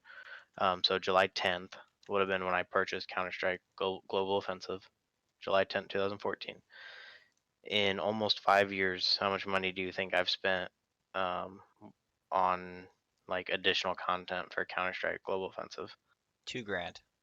Oh God, Jesus Christ, no, way low or way high. Uh, You're way high. It's much lower than that, but it's still a I'll stupid amount of go money. 800 You're bucks. you're close. 637. Ooh, We're talking about for like cases and skins and shit. virtual shit that you Yeah, cannot use in real life. no, If the game stopped existing today, you would not have I any would of that. lose it. Yeah, I'd lose it Yeah. all. The game was just deleted. $637. Now, I would say over 5 years, what is that? I mean, I mean, yeah, 100 over 5 years is not so bad. $120 a year. Not awful. It's not great. It's $100 that I could put towards something else. But yeah, I mean, that's literally just for, like I said, Yeah. I mean, cases, and like the operation packs and stuff like that. yeah, in Train Sim that I've probably spent like $500 over the course of about 5 years, so $100 a year, give or take. But I do stand by that. I think that there are too many video games in the market, and I think I've heard that before, not from you, but from like a gaming podcast I listened to. I think that was mentioned. Some fellow was saying there's just too many games. Have you yeah. heard of the Co-optional podcast? No, what? The Co-optional podcast. It was hosted by Total Biscuit before he passed. Now his wife does it. No, I've never heard that. I'm pretty sure that's where I heard it. I heard I think probably Jesse Cox say that there are just too many games on Steam. It sounds like something that he would say. Oh, And really? I can distinctly hear his voice being like, "It's too many games." But yeah, I agree with that though. There's so many games being released just daily. It's impossible to keep up. Hmm. It's not And even a then matter you, of keeping up. It's well, hell. on top of that, It's like it's even I mentioned earlier with that Plague game. It's even knowing about them. yeah. I didn't even know that game existed. That was a game that I actually probably would have interested me if I would have actually heard something about it. Hmm. But Well, that now and I just like add it to my wish list between and I'll wait until it's between $10 in two between years. like good games that you've never heard about and you wish you had, and then games that you do hear about that just turn out to be terrible. I'm sure we can all name a few of those. Either they weren't good on launch and have been improved, or they weren't good at all and were just abandoned. Mm-hmm. And like Steam's pretty bad for having like a ton of shit games being tossed in with all the good ones. Well, I think what like blows my mind about like the gaming community on Steam is the games that are like overwhelmingly popular in the reviews are like they're games that like you don't need a like a ecstatic PC to play. It's like, Stardew Valley, Hmm. Binding of Isaac, uh Hollow Knight, Terraria, shit like that. It's like these platformer games or these, side scrollers or games that you would think that they've got the graphics of a fucking NES. And it's like I guess the type of like games that I want to play. I mean, I like the graphics. I like, the detail and the open worlds and the big landscapes and all that kind of stuff. But, those games are, very positive or mostly positive Hmm. on Steam. They're not, those overwhelming titles, which just blows my mind because, those games take so much more time to create and there's so much more that goes into them opposed to these, little indie studios that are creating these side scrollers that are getting perceived much better from a more massive community. I'd say they And probably have like a smaller community, but it gets more appreciated by said smaller community. you think? I think so. I think like indie games they have smaller player bases. They're not quite as known as the AAA releases, where they spend like thousands of dollars advertising. But You like think that comes down to the these price?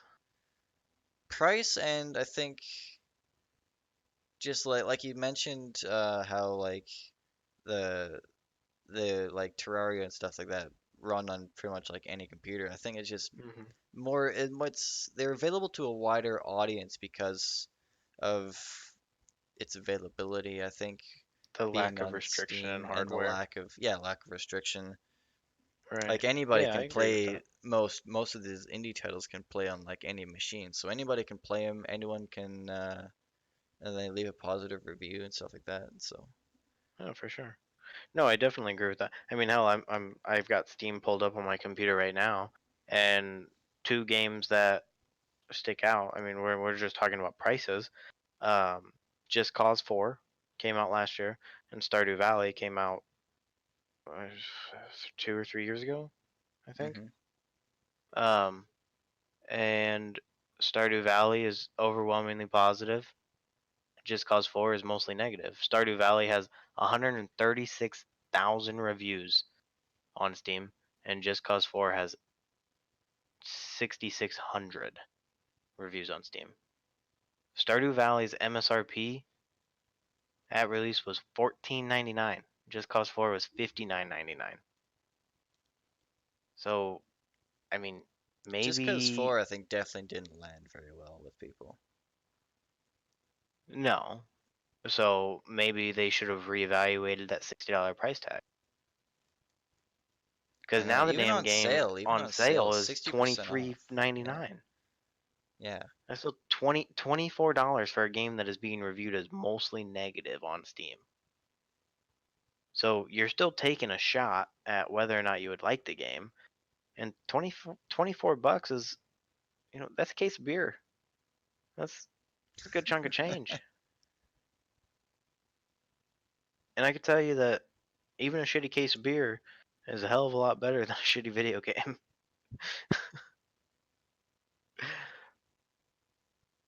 And so, what I've been seeing a lot from all this talk about like the next generation of console and moving forward in the gaming community is, well, is that $60 price tag, that flagship price tag that game developers and publishing companies have instilled into the consumer and just made the industry standard, is that going to be increased to $70 or $80 for standard versions of games? Because the idea is, well, with next generation consoles, the hardware is going to be a lot better. They're going to be pushing those boundaries. They're going to be pushing the limits of those consoles to make these gigantic, huge AAA title games that, the more time, the more money, the more effort that gets put into developing the game has to transpire into increased sales numbers, and the easiest way to increase sales numbers is to increase the price, not necessarily increase unit sales, but increase revenue sales, because you tack on another 10 or 20 bucks onto a title, and then same amount of people buy it, so hmm you make more money.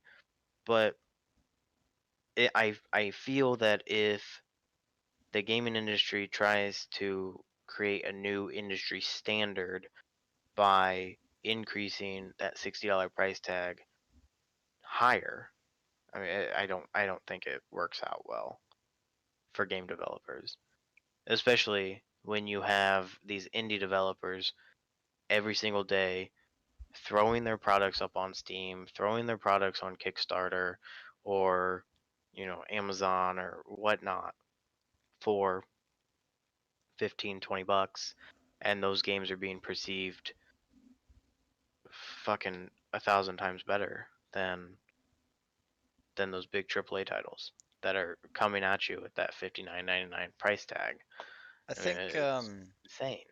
I think another big part of like the difference is indie games are usually made by a small, very small team, if not just a single person.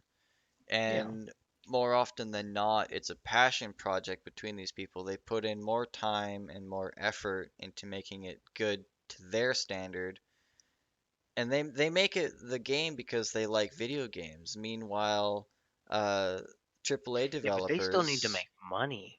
true, but Like, I know that they try to make they still need to make money, but I think like there's just more love that goes into making these indie games, whereas these AAA games, sure, the people that are probably like putting in the wax on, wax off as far as making the game goes, I'm sure they probably play video games, but like the higher ups, the management, all they're looking at are the dollar signs. That's why they're like, hey, make the cut here, cut the corner here, so then we save a few dollars, and then make the price tag fucking $100 for this. I think that's why, as we were talking about the reviews earlier, how like indie games are overwhelmingly positive when AAA titles are mostly positive, if not mixed Hmm. reviews. Just Yeah, I 'cause get what like, you're saying. yeah, I just think it's crazy, and I mean, we've even seen it, and it's been going on for years now. I mean, with like the microtransaction culture, hmm loot boxes and skins, and like I said, I've spent hundreds of dollars on Counter Strike, and I really probably wish I shouldn't have, but it happens. Uh, but it's those small little purchases, they continue to add up, and then I mean they've destroyed video games, those microtransactions. Look at Star Wars Battlefront back in 2016 or 17. hmm The microtransactions were absurd. Like you literally couldn't even play the game unless you wanted to fucking uh, pay for those loot boxes and stuff to like unlock characters. and So it's still EA. being EA still uh, fucking going on with Hmm. that, calling I him. just saw. They're taking it to like a legal level now too, with their quote surprise mechanics unquote. Right. I just saw this.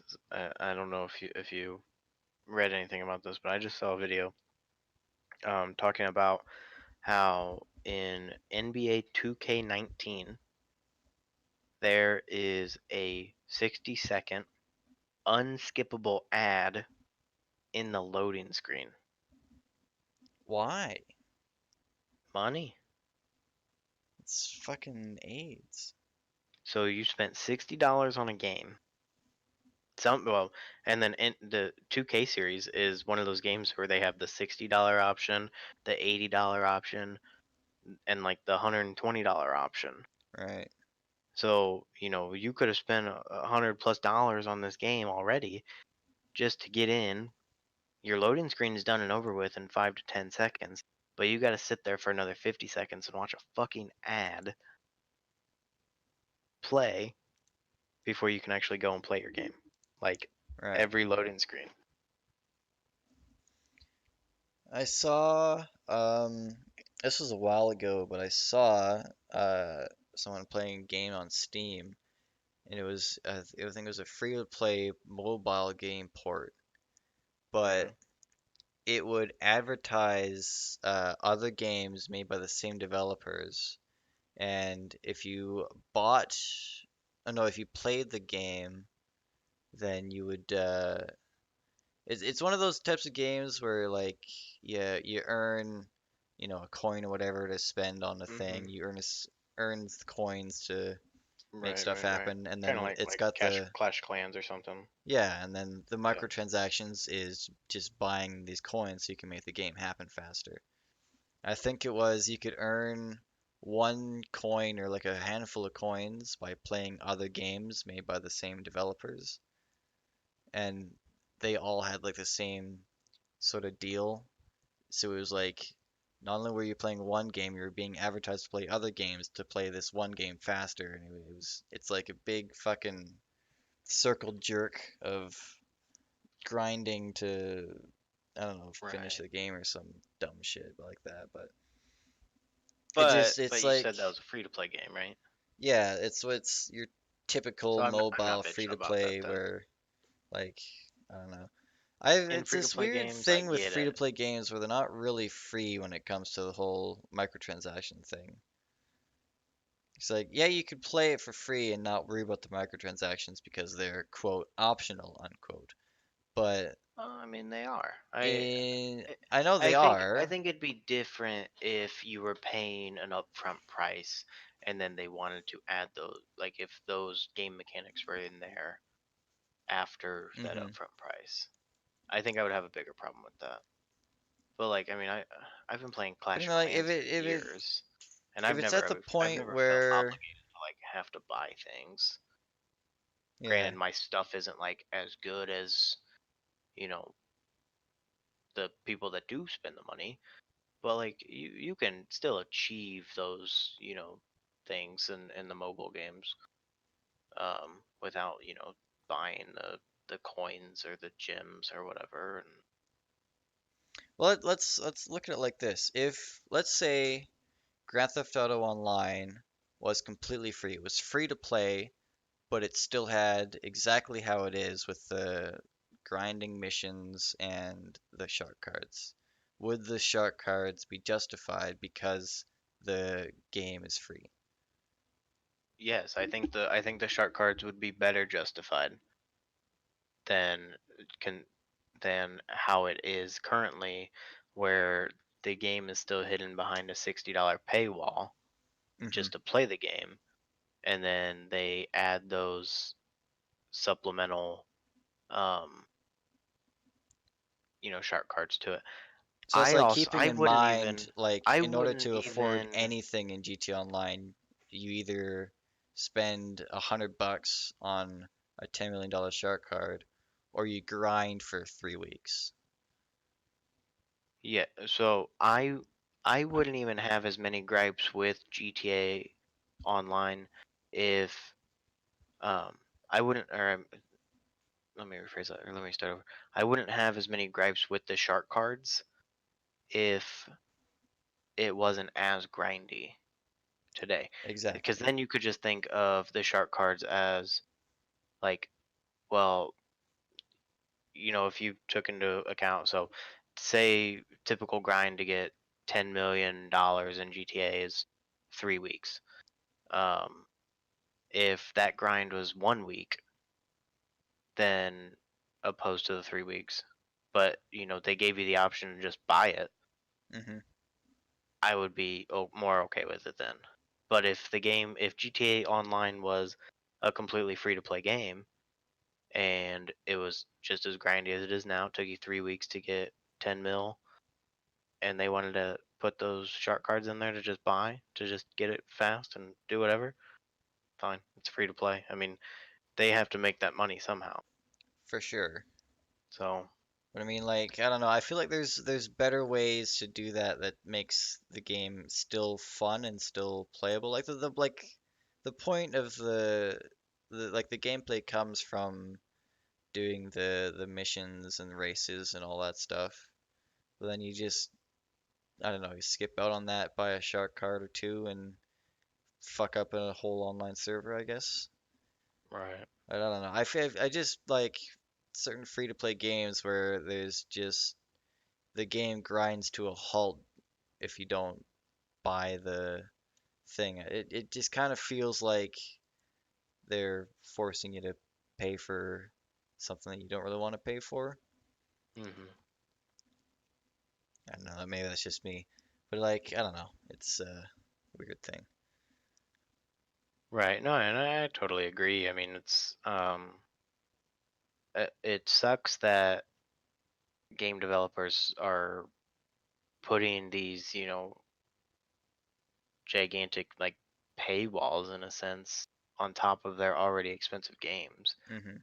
Because as we talked about earlier, I mean, the average consumer, I mean, you're you're not being able to play as many games as like you probably want to because they're so freaking expensive. So then you're trying to, pick and choose which games you are going to pick up. And I know for me, I always have a really hard time during the months of like September and November because that's when most games come out. Like, which one or two games am I actually going to pick up and play for myself?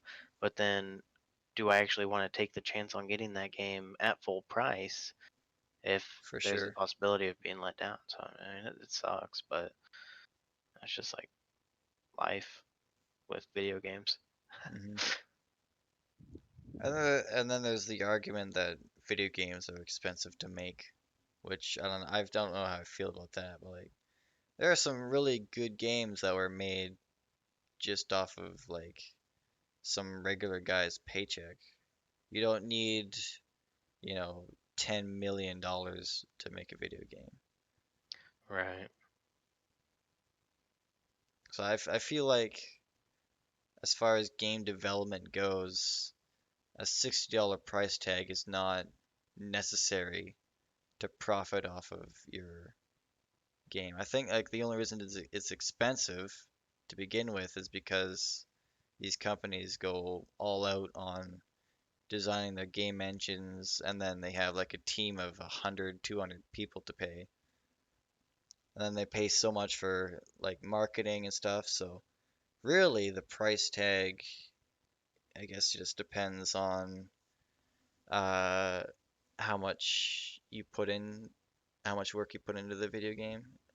Like I Right. feel like you can acquire not like Unreal Engine 4 level of uh, game quality with less money, but you can get pretty close, I think, with half the price even. Yeah, I'm sure. Well, I mean, games have done it. I mean, Yeah. before we wrap up, I just want to rant real quick. Um, Uh-oh, drunk rant time. sober rant time. Um, this has never happened to me until I just got a notification on my phone. I guess I have somehow exceeded um, my allotted data usage for my internet this month. That's a thing. Um, Or for your phone, you mean? no, like my internet, like through Comcast. What? Yeah. That doesn't even make Um, sense. for anybody wondering, the cutoff is a fucking terabyte of data. So I don't know how the fuck I used over a terabyte of data, but um, we, we don't need to talk about that. I'm assuming because I've like downloaded and uninstalled and re-downloaded a lot of fucking games this month. Um, but yeah, they messaged me and they were like, "Oh, you've used one of your two courtesy months in which you've exceeded your data usage plan without charge." I didn't even fucking know that I had caps on the data that I could use. Like I'm already paying for I've never understood how internet companies think like that there are actual like fucking like bottlenecking service or like um times of day that like your service is faster than that is complete bullshit. Like I'm already fucking paying a shit ton of money for the goddamn service, but then you want to tap me out at a terabyte of data used? Like it it doesn't even make any sense to me. I don't think data is not really like it's not like a fucking fossil It's fuel not or it's something, not but it's not a fossil fuel. We're not, you know, burning jet fuel over here. no. And so they're like, "Oh, well, if you go over one more month, that'll be your last courtesy month, and then after that, you'll get charged $10 for every 50 gigs used over your allotted data." Which in May I only used 676, and in April I used 745. So like, I don't know what the fuck I did this month to, to like I said, I think it's just because I like downloaded and like uninstalled games that are like very large. Now I'm not like a internet data expert, but I get that it costs money to maintain a network that provides internet to all your customers, but I think as far as I don't know, creating the data so that people can use it, I don't think that does that even cost anything? Does that use any resources at all apart from electricity? I, dude, I can't see that it does. Because like I don't know. Data isn't a physical thing. It exists in the internet, right? So Yeah, I mean through servers and shit. So Yeah, you can maybe say just through server traffic. I maybe. don't know. Dude. I'm not a fucking. I don't know. I'm not a fucking technician of any sort. But I just thought that was beyond stupid, especially because it's the fucking 30th of the month today. Like I go over today, the last day of the month. That's annoying. Super Yeah. fucking annoying. But it's also 4:30, and I told you at 2 o'clock that I'd give you an hour. So It's 1:30 and I have work tomorrow, today, yeah, in yeah. 12 hours. Oh, you got plenty of time to get some sleep. Yeah, it's great. All right, I Uh, guess we'll wrap up the thing. we'll link my socials in the Discord for your description if you would be ever so kind. I will do that thing. And Maybe plug then my I Twitch will down there. yeah, follow this guy's Twitch, follow his Twitter, follow No, not my Twitter. Stay off my Twitter. yeah, okay. Don't follow his Twitter, but do follow his Twitch. My Twitter's personal. Alright. And then subscribe to the podcast. There's a new one every couple weeks. Sometimes I'm by myself, ranting into the darkness. Sometimes I'm with friends, ranting into the darkness. Sometimes he's with me. Yeah. I swear I'm the only fucking guest he has anymore. Everyone else has lives now. It's yeah. Yeah, well, I Even don't. I have a life, and I'm still trying to do Twitch and this regularly, ish. Yeah, well, this is more fun than a life. True. Even though nobody listens. So, But hey, I think like just knowing that your voice exists on the internet and someone might listen to it is enough to keep me going. And with happy for that, you. we'll wrap up this episode. Hope you all enjoyed our talk about games and stuff. If there's a game you're looking forward to, feel free to share with us. We might talk about it in a future episode of Going Topicless.